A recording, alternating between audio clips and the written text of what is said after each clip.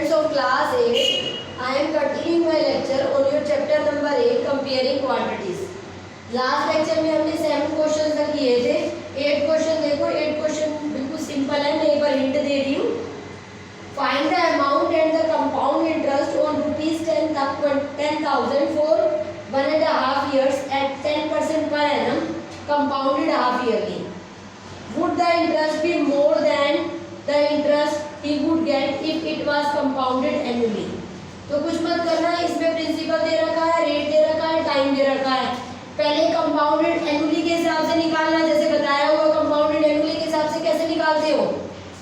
अगर फ्रैक्शन में होता है 1.5 ईयर है तो पहले 1 ईयर का निकाल देना और वो 1 ईयर का जो होगा वो अगले हाफ ईयर के लिए प्रिंसिपल का काम करेगा. और फिर वही फार्मूला लगा लेना, principal into rate into time by 100 करके टाइम हाफ ईयर लगा देना. और जो अमाउंट है 1 ईयर का उसी को प्रिंसिपल लेना. ये हो जाएगा कंपाउंडेड एनुअली के हिसाब से. जब कंपाउंडेड हाफ ईयरली का निकालना तो रेट को हाफ कर देना, टाइम को 2 से मल्टीप्लाई कर देना. ऐसा जैसे करते हो और बता देना कि किस केस में इंटरेस्ट ज़्यादा है और कितना ज़्यादा है. 9 क्वेश्चन पे आता. 9 क्वेश्चन है find the amount which Ram will get on ₹4096 if he gave it for 18 months at 12.5% per annum, interest being compounded half yearly.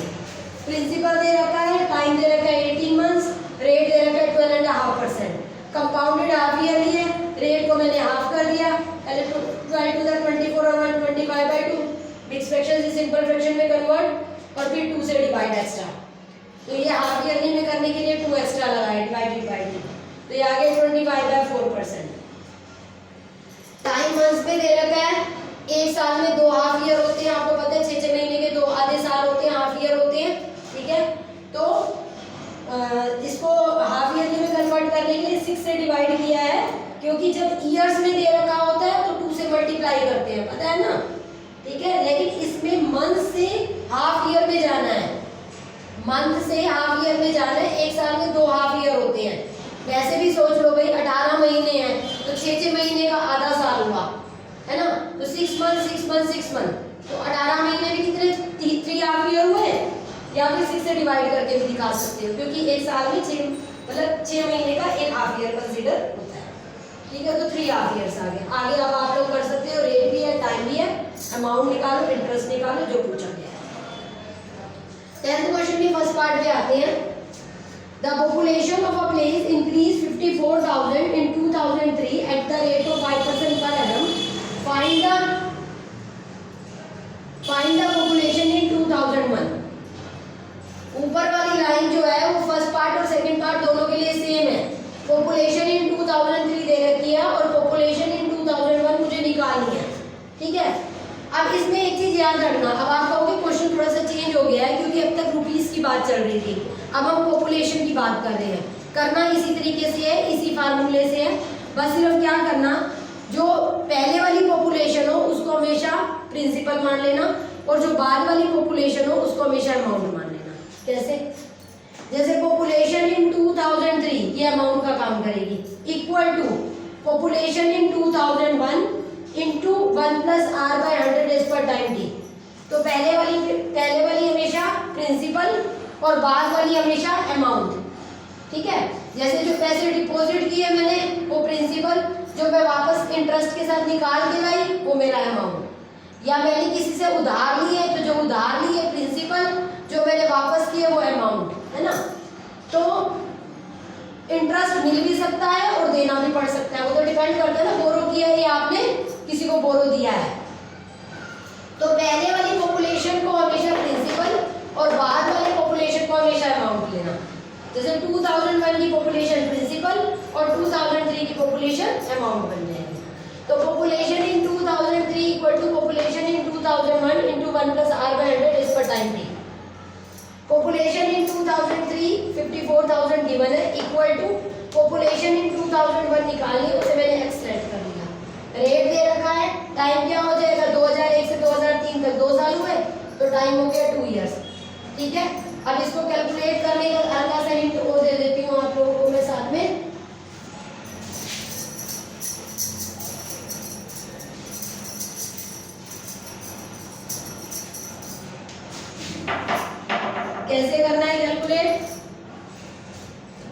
Population in 2003 equal to 2003 की पॉपुलेशन तो मुझे गिवन है 54,000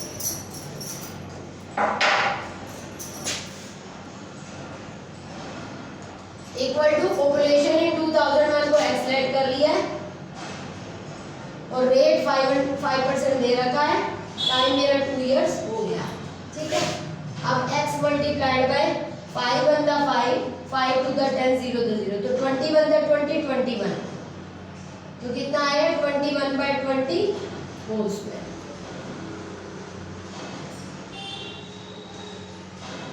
तो होल स्क्वायर का मतलब क्या हो गया 2 बार मल्टीप्लाई 2 टाइम्स मल्टीप्लाई।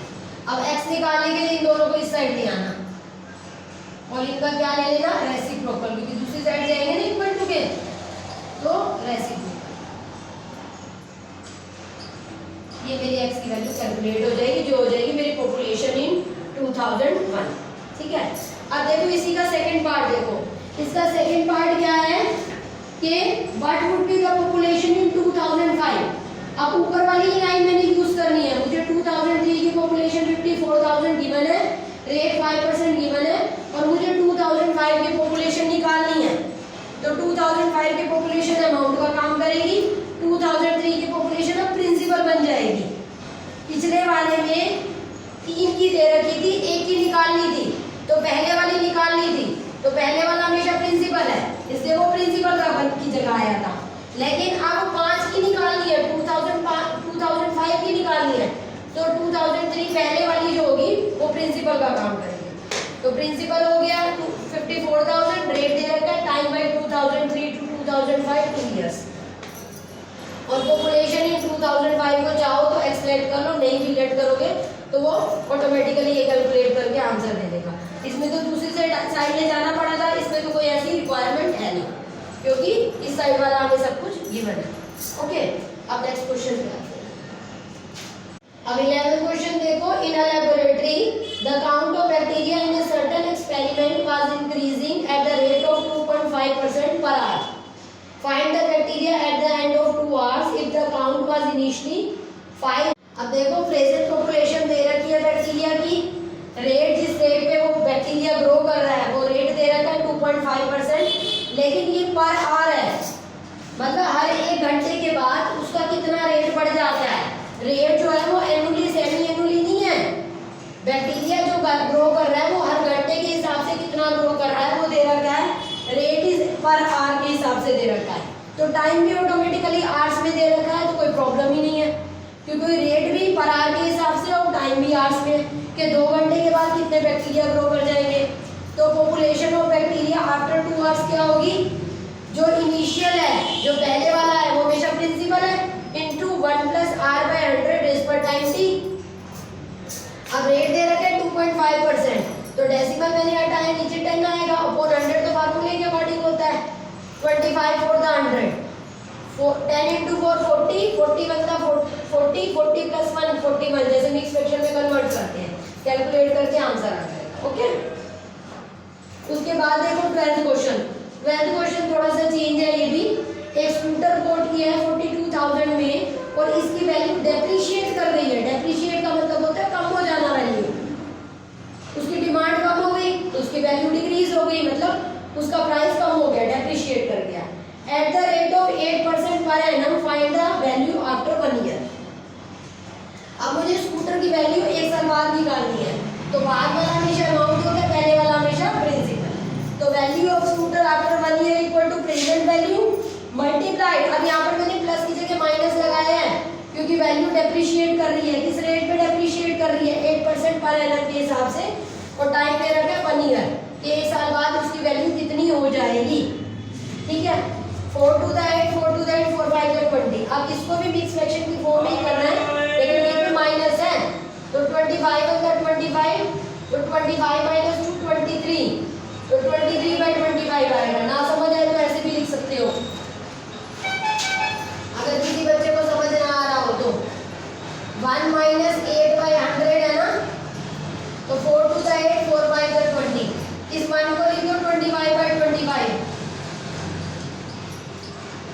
1 को तो 2/2 भी लिख सकती हो, 4/4 भी लिख सकती हो, 6/6 भी लिख सकती हो। तो 1 को लिख दो 25/25, ठीक है। 25 माइनस 2/25 तो क्या आएगा 23/5, 23/25। उसके बाद कैलकुलेट करके आंसर आ जाएगा। अब आपका ये चैप्टर ओवर हो गया है, ठीक है। इसको टोटली कंप्लीट करना है। अगर इसमें ट्राई दिस करना चाहो ट्राई दिस भी करो।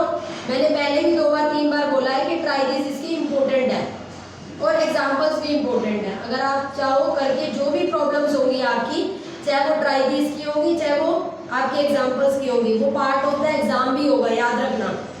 अब मैंने पूछा कि प्रॉब्लम भेजो, नहीं भेजोगे तो एग्जाम में तो आएंगी ही आएंगी। आपको आते हो तो आपकी प्रॉब्लम, नहीं आते तो आपकी प्रॉब्लम, ठीक है। तो इसलिए जो भी आपने करके भेजना हो और कोई भी प्रॉब्लम सेंड करनी हो उसे 1 to 3 डेज में भेज देना ताकि नेक्स्ट चैप्टर स्टार्ट हो सके। Okay, thank you.